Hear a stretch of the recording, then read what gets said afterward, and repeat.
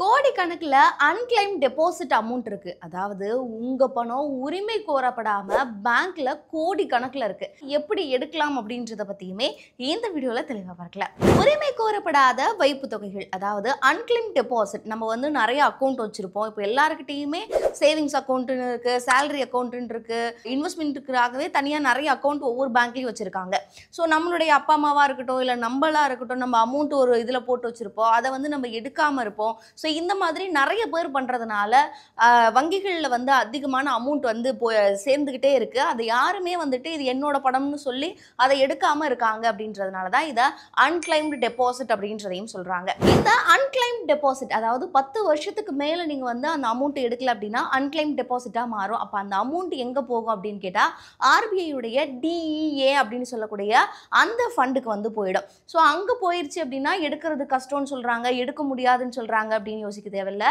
நீங்கள் அங்கே போனதுக்கு அப்புறமே உங்களுடைய அமௌண்ட்டை எடுத்துக்கலாம். ஸோ அதுக்கான ப்ரொசீஜர், அதுக்கான ஒரு வெப்சைட்டையுமே வந்து ஆர்பிஐ இன்ட்ரடியூஸ் பண்ணியிருக்காங்க. எங்கள் அப்பா வந்து இறந்துட்டாங்க, அவரோட அமௌண்ட் டெபாசிட் பண்ணியிருக்காரு, இல்லை எஃப்டி போட்டிருக்காருன்னு எனக்கு எதுவுமே தெரியல, ஆனால் இப்போ எனக்கு தெரியுது அது 10 வருஷத்துக்கு மேலே இருக்குது, அந்த அமௌண்ட்டை எடுக்க முடியுமா அப்படின்னு கேட்டிங்கன்னா கண்டிப்பாக உங்களால் எடுக்க முடியும். முதல்ல எனக்கு அக்கௌண்ட் இருக்குது, அதில் வந்து அமௌண்ட் இருக்கிறதே எனக்கு தெரியாமல் இருக்குது, அதை நான் எப்படி செக் பண்ணணும் அப்படின்னு கேட்குறீங்களா? அப்போது ஸ்க்ரீனில் தெரியக்கூடிய இந்த லிங்க்ல வந்துட்டு நீங்க போய் செக் பண்ணிக்கலாம். அதுல வந்து நீங்க பேங்க்ல வந்து கொடுக்கக்கூடிய நிறைய டீடைல்ஸ் இருக்கும் இல்லையா? ஸோ ஆதாரா இருக்கட்டும், இல்லை பேனா இருக்கட்டும், இந்த மாதிரி நிறைய டீடைல்ஸ் வந்துட்டு நீங்க அதை உள்ளீடு பண்ணீங்க அப்படின்னா அதுல வந்து உங்களுக்கு எந்தெந்த அக்கௌண்ட் வந்து இருக்கு, ஏன்னா அதோட மேட்ச் பண்ணும்போது இந்த பேங்க்ல இந்த அக்கௌண்ட் இருக்கு அப்படின்றத வந்து உங்களுக்கு காட்டும். ஸோ அது மூலியமா வந்து நீங்க அக்கௌண்ட் இருக்கு அப்படின்றத முதல்ல கண்டுபிடிச்சுக்கோங்க.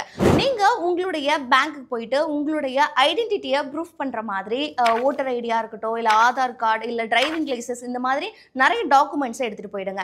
அங்கே போனதுக்கப்புறமா உங்களுடைய கேஒய்சியை வந்து அப்டேட் பண்ணிட்டீங்க அப்படின்னா அவங்க வந்து உங்களுடைய அக்கௌண்ட் வந்து ஆக்டிவேட் பண்ணுவாங்க. அதுக்கப்புறமா நீங்கள் வந்து அங்கே அன்கிளைம் டெபாசிட் ஃபார்ம் அப்படின்னு சொல்லிட்டு இருக்கும். ஸோ நீங்கள் அதை ஃபில் பண்ணி கொடுக்கணும். மேலும் நீங்கள் வந்து இந்த ஃபார்ம்லாம் ஃபில் பண்ணி கொடுத்ததுக்கப்புறமா நீங்கள் ஆர்பிஐ கிட்டேயே அந்த அமௌண்ட் இருந்தாலும் பேங்க்கே வந்து அதை உங்களுக்கு எடுத்து மறுபடியும் கொடுப்பாங்க.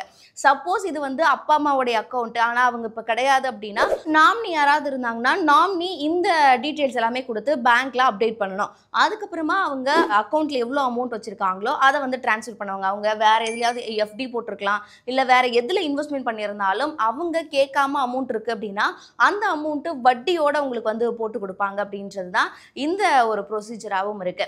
ஸோ இதில் இந்த அன்கிளைம் டெபாசிட் அப்படின்றது கோடிக்கணக்கில் வருடம் வந்து இன்க்ரீஸ் ஆகிக்கிட்டே இருக்கு. அதை வந்து மக்கள்கிட்ட விழிப்புணர்வு ஏற்படுத்தணும் அப்படின்றதுக்காகவும் இந்த ஒரு வெப்சைட்டையும் கொடுத்துருக்காங்க. அதுக்கான ப்ரொசீஜரையுமே ஆர்பிஐ அனௌன்ஸ் பண்ணியிருக்காங்க.